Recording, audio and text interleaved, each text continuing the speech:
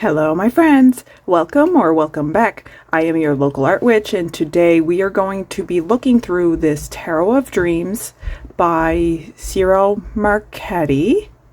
There's a deck and a book, and this is quite different from other sets I've seen. So here's the box. I did get it secondhand, and it's one of those ones you just kind of pull and it should slip out. It's quite heavy, so I do find that it slips out pretty easily. Here is the guidebook. And yeah, it looks like it's just black and white, but there's some pretty interesting stuff in here. So let's look at the cards. One downside, I would say, is the box is quite a bit larger than the cards themselves, so they just kind of go around all wild like. Ooh, the backs are nice. That's pretty. Like the color. Now I am seeing elements of the Kabbalah in here. We have the Tree of Life here. Here's the interesting part, at least for me. Here are the cards. I'm going to scooch us in. There we go. And I will move the cards around so you can actually see, because the glare is a bit, like, these are quite shiny. A thin cardboardy type. Okay, so we have the Fool, and we have the standard number here, and we have this image. This guy is more of a jester, so it's not exactly right or weight. We have the planet it is associated with, so that's Uranus. And then over here we have one of the, yeah, it's a Hebrew letter. These letters correspond to the Golden Dawn assignment. So if you study about witchcraft, the Golden Dawn was an association of witches. Aleister Crowley is well known for being a part of this until he wasn't, if I recall correctly. So this is the letter of Aleph, which is the ox. A description of each Hebrew letter as it relates to its assigned card can be found in the Major Arcana cards section. So we're going to go over here until we find the Fool. The ox is used to till the fields, preparing them for the introduction of seeds which will eventually grow. So it's that idea of the potential to come. Very neat. I'm not going to do that with every single card. So here's the Fool. Here's the Magician. It's quite colorful. There's a lot going on with these cards. There's Mercury and another Hebrew letter here.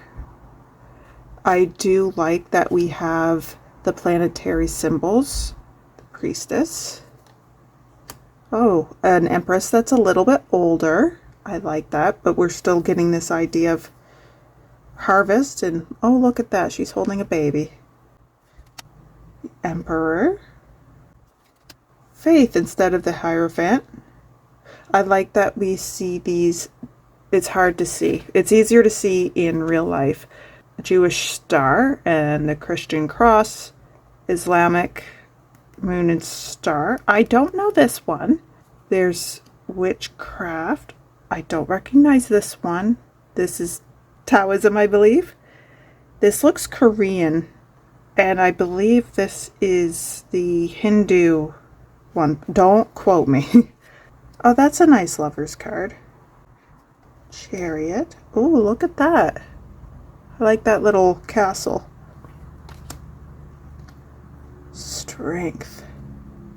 I like the it has the association with Leo, which makes sense because we have the cat, the large cat in the picture, but also this upright triangle. You know, the triangle itself represents the fire element. The Hermit with Virgo up here. Here's the Wheel. And I'm noticing lots of interesting little symbols down here, so we'll have to look at the book for that one. Justice. Oh, that's different. He doesn't look like he's hanging so much as he's purposely balancing himself, doing a handstand on his thumbs. It's the death card, and we see the symbols of the zodiac here. That's a creepy death too. Temperance. The devil. Oh, that's neat. It goes back to this. That's his hat. So the fool has been entrapped by his own vices. Well, that's a nice tower. That's gorgeous. There's the star. I'm really liking the colors, the clarity of the little symbols up here. The sun. Okay, so Judgment. Here's Pluto. Oh yes, and I see the people being raised up. And there's the world with the Fool again. Very interesting. I like that they brought him back a couple times. The major arcanas are supposed to be this epic journey. Like if you were to lay out the cards in a row and try to gather a story from it, there actually is one. And it's like 3 different arcs. I like that they pulled him back in. Ooh, I like it. This is the water symbol here, the upside down triangle. We got these nice mermaids. That's a nice cup. I'm really liking the colors. Wow, so we got 2. Okay, and they're still meeting at each other. Let's see how much I can infer from these. Okay, so now they're starting to lose me because it's starting to be that it's not quite pippish, because we still have these symbols of like there's some sort of party happening. 4 of Cups. Interesting. Yep. Okay, so we still get the idea that the 5 is really rough. They're going through it. 6 of Cups. Okay, yeah, so these are the cups where they're looking at all of their options. All the possibilities are in front of them. So far, even though this is kind of pippish, they're having enough here that I'm still understanding what it's supposed to mean. Okay, we're going on a journey. I like this. It looks more like a spiritual journey as opposed to like a physical journey. 9 of Cups. Oh, nice. And we've achieved our story by the 10. I like that. There's the page. They've got this motif that reminds me of clowns going on throughout. And while I like it, I'm not sure I do like it, if that makes sense. I like this. He's riding a seahorse. Queen. King. Some of these guys are, at first glance, are reminding me of Sam Winchester from Supernatural. Palace. Okay, so this deck, after the King, they have palaces. We'll have to look in the book to see what the palaces are about.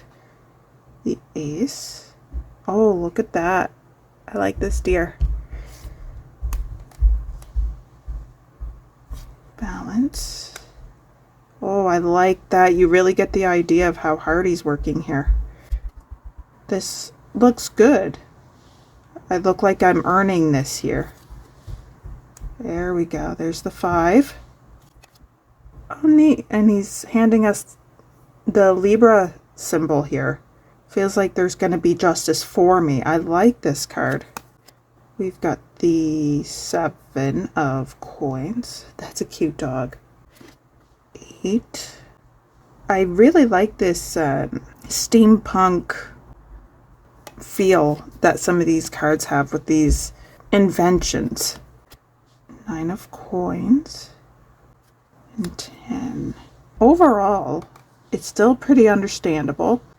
And, oh wow, look at that. I like his horns. That's awesome. Neat. There's the King. And there's the Palace. I really like this. That's cute.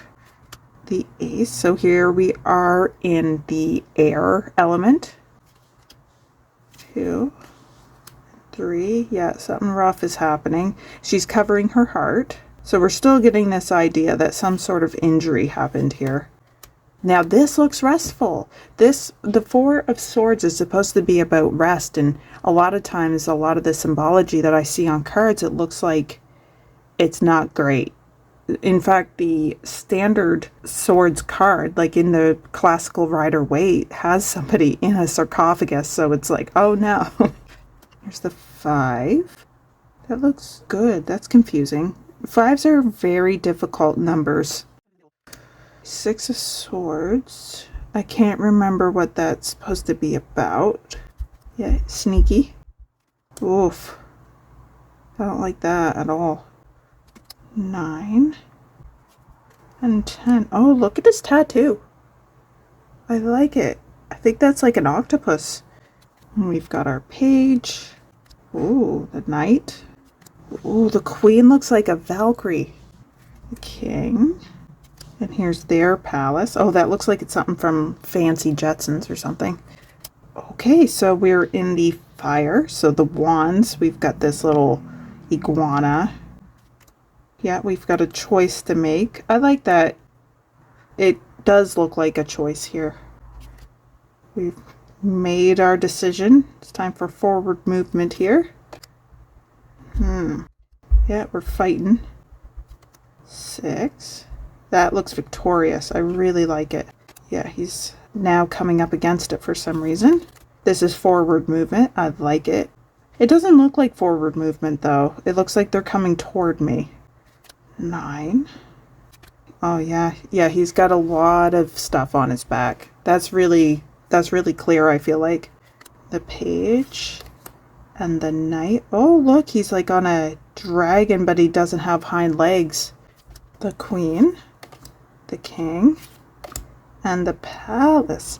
Let's read a little bit about the palace here.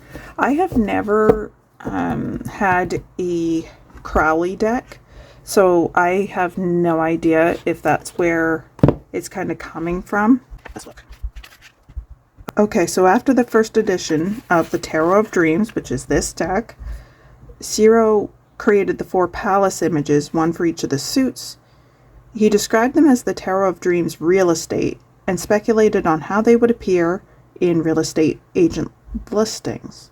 So this expands the deck to 83 cards if you're including the Tree of Life card. There are now vacancies, it seems, and we can explore each of the palaces at our leisure. Okay, so the palace cards indicate the energies of the suit expressed as an environment. So an environment where you currently find yourself, or it could show a potential or opportunity for you to create that environment. Okay, so that's interesting. Neat little deck. I do like these Hebrew letters. So very interesting. It will make sense if you studied astrology, and I think it could probably enliven your astrology practice if that's a thing that you do. I think the only thing we have left is to compare. They're wider and a bit taller than the standard tarot cardboardy, but not too hard, but not super bendy either. Let's try a shuffle. Oops, you know what I forgot? The Tree of Life card. There we go. Now, the other way to shuffle that some people do. They're a bit too stiff for me to bend, but it will riffle, especially if your hands are stronger than mine and a bit bigger. Like, it is just barely doable for me. So that was the Tarot of Dreams. I like it. I'm not sure if it's going to stay in my collection, in part because this type of stuff drives me nuts. There's no way to put it in without it. Oh, wait. Did I lie? There we go. That's better. That's a lot better. That is the Tarot of Dreams. I have been your local art witch. Thank you so much for hanging out with me, and I'll see you all again next time. Take care now, and much love. Bye-bye for now.